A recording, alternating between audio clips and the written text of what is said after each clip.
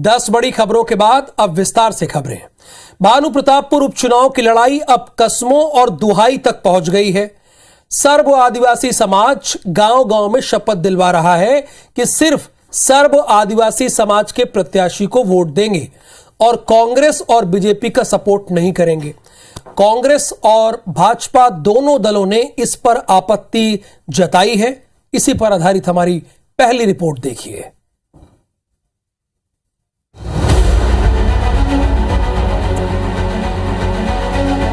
यहाँ शपथ लेते हैं अपना वोट दलित प्रत्याशी को देंगे, विजय बनाएंगे। सर्व आदिवासी समाज का सियासी मंसूबा रह गया धरा। हर गांव से प्रत्याशी चुनाव में नहीं हुआ खड़ा। अब आदिवासियों को दे रहे कसम, कांग्रेस बीजेपी का सपोर्ट नहीं करेंगे हम। भानु प्रतापपुर उपचुनाव में दावों और वादों के बीच अब देवी देवताओं की दुहाई दी जा रही है। सर्व आदिवासी समाज हर गांव से प्रत्याशी खड़े करने में नाकाम रहा तो अब वो गांव-गांव में देवी देवताओं की पूजा कर आदिवासियों को शपथ दिला रहा है कि कांग्रेस बीजेपी का सपोर्ट नहीं करेंगे। दरअसल सर्व आदिवासी समाज आरक्षण में कटौती से नाराज है। इसके लिए वो सरकार को जिम्मेदार मानता है। यही वजह है कि भानु प्रतापपुर उपचुनाव में हर गांव से प्रत्याशी उतारकर वो आदिवासियों की ताकत दिखाना चाहता था, लेकिन नामांकन के दौरान सिर्फ 33 प्रत्याशियों ने ही पर्चा भरा और उसमें से भी 17 के नामांकन स्क्रूटनी में रद्द कर दिए गए। इसके बाद आदिवासी समाज के 16 प्रत्याशियों ने नाम वापस ले लिया। अब सर्व आदिवासी समाज से केवल एक उम्मीदवार बचा है, लिहाजा अब वो कांग्रेस और भाजपा के विरोध में लोगों को शपथ दिलवा रहा है। इस मुद्दे पर मुख्यमंत्री भूपेश बघेल ने कहा है कि वोट मांगना सबका अधिकार है, लेकिन मतदाता पर दबाव नहीं डालना चाहिए। वोट मांगने का अधिकार सबको है, लेकिन बाध्य करना ये कतई उचित नहीं है। ये नियमों के विपरीत है। मैं समझता हूँ निर्वाचन आयोग को इसे देखना चाहिए, क्योंकि दबाव आप किसी पर नहीं डाल सकते। आप अपने विचार रख सकते हैं, अपनी योजनाओं के बारे में बता सकते हैं।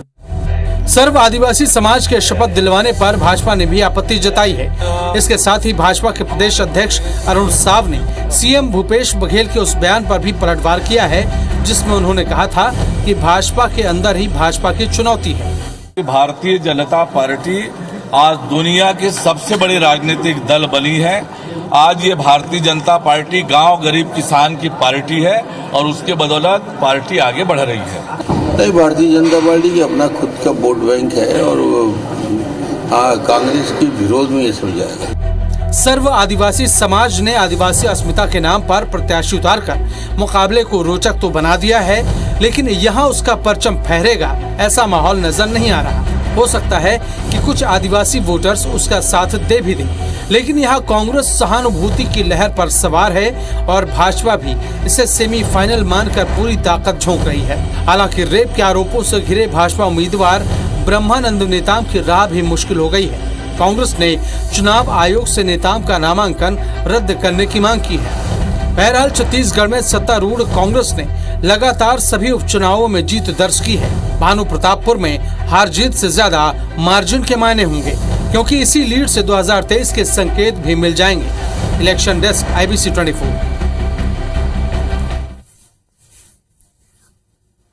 तो भानु प्रतापपुर में बीजेपी की राह दिन ब दिन मुश्किल होती जा रही है, क्योंकि अब झारखंड पुलिस ने बीजेपी प्रत्याशी ब्रह्मानंद नेताम के खिलाफ शिकंजा कसना शुरू कर दिया है।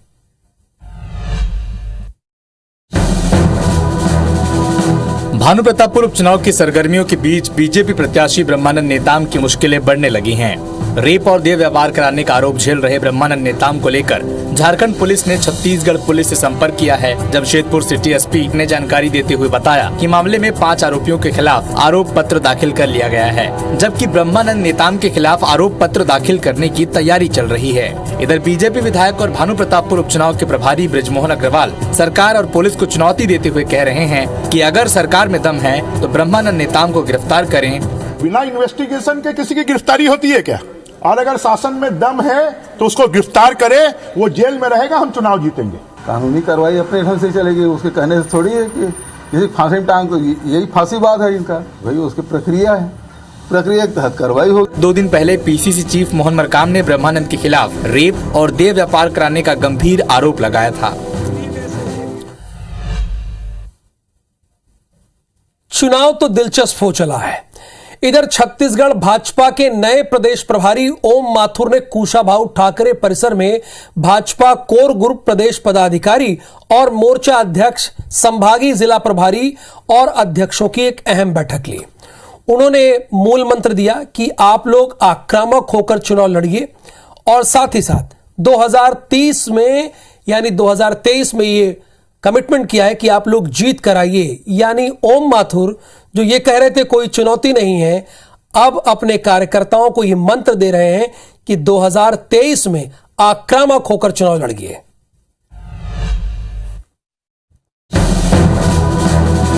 रायपुर में बीजेपी के मंथन का मुख्य मकसद भानु प्रतापपुर उपचुनाव तो था ही, साथ ही मिशन 2023 को लेकर रणनीति भी तैयार की गई। बीजेपी प्रभारी ओम माथुर ने पदाधिकारियों को आक्रामकता के साथ आगे बढ़ने का मंत्र दिया।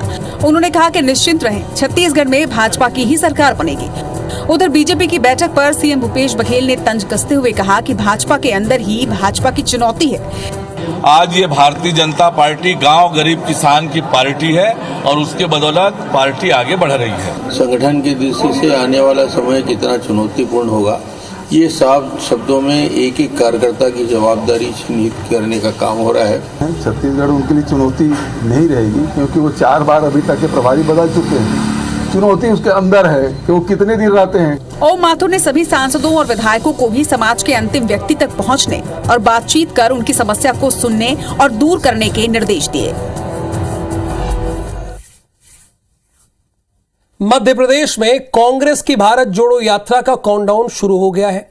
राहुल गांधी कल बुरहानपुर जिले के बोदरली गांव में अपनी एमपी यात्रा का आगाज करेंगे।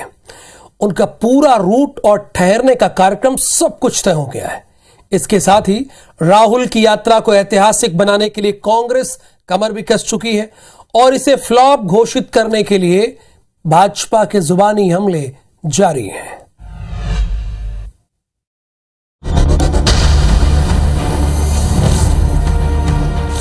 राहुल गांधी की भारत जोड़ो यात्रा अब से कुछ घंटों बाद मध्य प्रदेश में दाखिल हो जाएगी। शेड्यूल में थोड़े बदलाव के बाद राहुल की यात्रा बुधवार को महाराष्ट्र से मध्य प्रदेश में प्रवेश करेगी। यहां सुबह करीब 6 बजे बुरहानपुर के बोदरली में एंट्री करेंगे, जहां पहली बार यात्रा में प्रियंका गांधी भी अपने भाई के साथ 4 दिन तक कदम ताल करेंगी। जाहिर है कांग्रेस यात्रा के जरिए मध्य प्रदेश में अपना सियासी माहौल को अपने पक्ष में बनाने की कोशिश करेगी। यही वजह है कि राहुल की अगुवाई के लिए कांग्रेस के तमाम पदाधिकारी और कांग्रेस विधायकों ने बुरहानपुर में डेरा डाल दिया है। पूरा मध्य प्रदेश, पूरा कांग्रेस जन उनके स्वागत के लिए आतुर है और ये हमारा सौभाग्य है, बुरहानपुर का निमाड़ का सौभाग्य है कि राहुल गांधी जी हमारे क्षेत्र में पदयात्रा कर गुजर रहे हैं और समस्त कांग्रेस जन उनका हार्दिक स्वागत करते हैं। हम सब कांग्रेस जनों में बहुत उत्साह है और आम जनता में उत्साह है। निश्चित मानना कि इस बार राहुल जी का एक ऐतिहासिक स्वागत होगा, जो अभी तक हिंदुओं में कभी किसी नेता का स्वागत नहीं हो, वैसा स्वागत होने जा रहा है। बदलाव के बाद राहुल की यात्रा अब मध्य प्रदेश में 23 नवंबर से 4 दिसंबर तक 12 दिनों तक दौड़ेगी। भारत जोड़ो यात्रा का हिंदी पट्टी वाले राज्य में भी दक्षिण भारत की तरह माहौल को बनाए रखना कांग्रेस के लिए किसी अग्निपथ से कम नहीं है। ऐसे में जब राहुल गांधी के साथ कदम से कदम मिलाने के लिए प्रियंका गांधी ने कमर कस ली है, तो बीजेपी ने भी तंज कसने का मौका नहीं गंवाया। भारत तो ऑलरेडी जुड़ा हुआ है, तोड़ा कांग्रेस ने था, जाति धर्म के नाम पे कांग्रेस ने तोड़ा था। जब से नरेंद्र मोदी जी आए हैं भारत जुड़ा है। ये सिर्फ एक नौटंकी है जो राहुल गांधी जी को रीलॉन्च करने का प्रयास है। असल में मध्य प्रदेश में भारत जोड़ो यात्रा जिस इलाके से गुजर रही है वो कांग्रेस के लिए सबसे बड़ी चुनौती वाले जिले हैं। पिछले चुनाव में भी कांग्रेस इस इलाके में बहुत अच्छा प्रदर्शन नहीं कर सकी थी। मालवा निमाड़ बेल्ट में बीजेपी मजबूत है। ऐसे में राहुल गांधी की यात्रा कांग्रेस के लिए इस इलाके में सियासी संजीवनी साबित हो सकती है।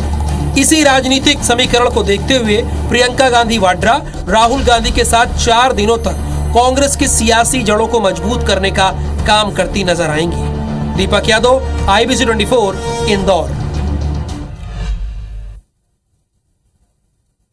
और अब बात दिग्विजय सिंह की ऐसी तस्वीर की जिसमें उनकी खुशी दिख रही है। मध्य प्रदेश में भारत जोड़ो यात्रा कुछ घंटों में पहुंच जाएगी। यात्रा में ब्रेक के दौरान जलगांव में दिग्विजय सिंह ने कार्यकर्ताओं के साथ किस तरह रिलैक्स किया, वो जरा देखिए आप। संपूर्ण दिशाओं में विजय प्राप्त करने वाला, यही होता है दिग्विजय का अर्थ। दिग्विजय सिंह बड़े हरफन मौला माने जाते हैं। मौका मिला तो डांस में जमकर हाथ आजमा लिया। तस्वीर महाराष्ट्र के जलगांव जामोद की है। कार्यकर्ताओं के साथ दोस्ती वाले गाने पर जमकर थिरके। दिग्विजय खुश बहुत हैं। राहुल गांधी मध्य प्रदेश की चौखट पर जो कदम रखने वाले हैं। क्या हुआ जो आज दिग्विजय प्रदेश के सीएम नहीं है, लेकिन भारत जोड़ो यात्रा उसी प्रदेश में आ रही है जहां दिग्विजय सिंह 1993 से 2003 तक 10 साल सीएम की कुर्सी पर रहे। वहीं नर्मदा परिक्रमा में वो अपना दमखम भी दिखा चुके हैं, लेकिन खुद के लिए ये भी कह चुके हैं कि हमारी तस्वीर भारत जोड़ो यात्रा के पोस्टर में न लगाई जाए। खैर, मध्य प्रदेश में यात्रा यहाँ की सियासत में क्या रंग लाएगी ये तो वक्त के गर्भ में है, लेकिन बीजेपी नेता इन तस्वीरों पर चुटकी लेने में कोई कमी नहीं रखना चाहते। उनका उमंग भरा डांस और खुशी से दमकता चेहरा, आपकी धारदार चाल ऐसी ही बनी रहे आदरणीय। आप देख रहे हैं 10 बजे रात। पूरे दिन की बात। खाद की समस्या मध्य प्रदेश में बहुत बड़ी है। खाद संकट पर घमासान के बीच मध्य प्रदेश सरकार ने इसीलिए एक बड़ा फैसला किया है। सरकार किसानों के घर पर खाद मुहैया कराएगी।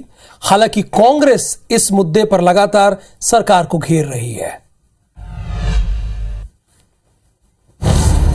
मध्य प्रदेश में खाद्य संकट पर जारी सियासत के बीच सरकार ने एक अहम फैसला किया है। कृषि मंत्री कमल पटेल ने कहा कि किसानों को उनके घर पर ही खाद मुहैया कराएंगे। पीओएस मशीन के जरिए खाद बेचने की व्यवस्था होगी। किसानों को लाइन न लगानी पड़े, इसलिए प्रदेश के हर गांव में खाद बेचने की व्यवस्था होगी और वहीं गांव में उपलब्ध कराने के निर्देश दे दिए ताकि लाइन न लगाना पड़े, किसानों को समय न गंवाना पड़े और डीजल पेट्रोल न लगाना पड़े, और इसलिए घर पहुँच सेवा कर रहे हैं। इधर खाद को लेकर सरकार पर कांग्रेस का हमला जारी है। नेता प्रतिपक्ष गोविंद सिंह ने कहा कि केवल सीएम और सरकार के वक्तव्यों में खाद है, जबकि लोग सुबह से शाम तक लाइनों में। पूर्व मंत्री और कांग्रेस विधायक विजय लक्ष्मी साधो ने भी सरकार को घेरा। खाद तो केवल शिवराज सिंह के वक्तव्यों में है, सरकार के नुमाइंदों के वक्तव्यों में है। खाद आप चले जाए देख लें जरा, लाइन लगा के सुबह से शाम तक लाइन लगाए। किसान आज खाद के लिए मारा मारा भटक रहा है, न उसको यूरिया मिल रही है न डीएपी मिल रही है। ये सिर्फ जुमलेबाजी की सरकार है। जुमले कहना है, टेलीविजन के माध्यम से अपनी चीज को बताना है। अब ये जनता समझ गई है, अब ये इन जुमलों में पड़ने वाली नहीं है। वास्तविकता धरातल पे आप देखें। प्रदेश में खाद संकट पर सियासी तलवारें खींची है। इस बीच किसानों के घर पर खाद मुहैया कराने का फैसला जल्द अमल में आया तो बड़ी राहत दे सकता है। यानी अब खाद की होम डिलीवरी होगी। बहरहाल, मनी लॉन्ड्रिंग मामले में तिहाड़ जेल में बंद दिल्ली की केजरीवाल सरकार के मंत्री सत्येंद्र जैन को मसाज देने के मामले में एक नया खुलासा हुआ। भाजपा ने दावा किया है कि सत्येंद्र जैन को मसाज देने वाला नाबालिग से दुष्कर्म का आरोपी है। नाम उसका रिंकू है। नाबालिग से दुष्कर्म का आरोपी और आईपीसी की धाराओं के तहत यह कैद है।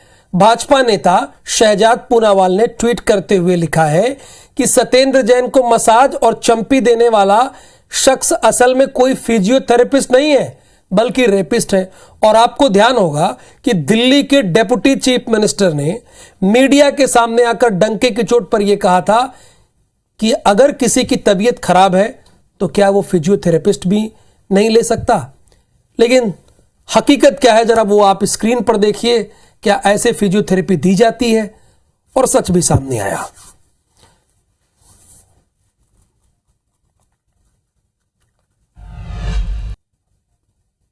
और अब खेल जगत का रुख कर लेते हैं। आज भारत और न्यूजीलैंड के बीच सीरीज डिसाइडर मैच हुआ, लेकिन बारिश के कारण तीसरा और आखिरी T20 मैच टाई रहा। इसी के साथ भारत ने 3 मैचों की सीरीज पर 1-0 से कब्जा कर लिया। सीरीज का पहला मैच बारिश के कारण नहीं हो सका था।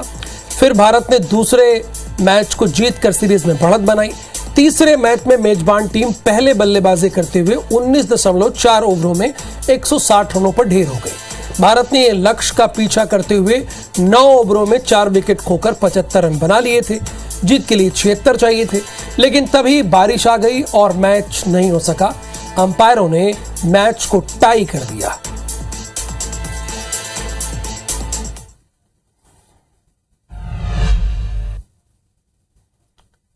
आधुनिकता के इस दौर में छात्र ऑटो, बाइक, स्कूटी, साइकिल समेत कई तरह के वाहन का उपयोग करके स्कूल जाते हैं, लेकिन बालाघाट के खैरलांजी गांव का छात्र ललित एक अनोखी सवारी पर सवार होकर रोज स्कूल जाता है। क्या है ये अनोखी सवारी और कैसे जाता है, आप हमारी इस रिपोर्ट में देखिए। पढ़ाई की डगर में कदत सड़क नहीं तो गम नहीं, स्कूल के सफर में रफ्तार से बातें करती है ये सवारी। बालाघाट के परसवाड़ा तहसील के खैरलांजी गांव की ये तस्वीरें आपको हैरान कर देंगी। घोड़े पर सवार होकर छात्र स्कूल के लिए निकला है। जी हाँ, मुश्किल ये है कि स्कूल तक जाने के लिए सड़क नहीं है। ऐसे में कक्षा 6वीं का छात्र ललित कुमार कडोपे स्कूल आने जाने के लिए घोड़े का उपयोग करता है। ये घोड़ा ललित के नाना नानी का है, जिसे अब उसने अपने स्कूल की सवारी का साधन बना लिया है। 4 किलोमीटर का रास्ता रोज ऐसे ही तय होता है। 4 से 5 किलोमीटर। 4 से 5 किलोमीटर। यस। कैसे जाते हैं आप? घोड़े से। आने पापा ने सिखाया, उसके बाद मैं खुद ही चलाने लगा। घोड़ा में आदत बना ले से जी, और वो के अब इतना जंगल में भी रहते हैं, इसलिए वो है तो मैं जा रही से। वो एक जंगल में रहता है और वहाँ से पढ़ाई के लिए घोड़े से आना एक बहुत बड़ी शान की बात है। जिस किसी ने देखा और सुना हैरान रह गया। लेकिन इस सवारी के पीछे सिस्टम की मुफलिसी पर शायद ही कोई सोचता हो। एक उस सड़क के बारे में जो है नहीं, अगर होती तो घोड़े को स्कूल ले जाने की मजबूरी न होती। शान की बात के अलावा ये लगन है, अपने पढ़ाई के प्रति जज्बा है। तो फिलहाल 10 बजे रात पूरे दिन की बात में आज के लिए बस इतना ही। मुझे दीजिए अनुमति। नमस्कार, शुभ रात्रि।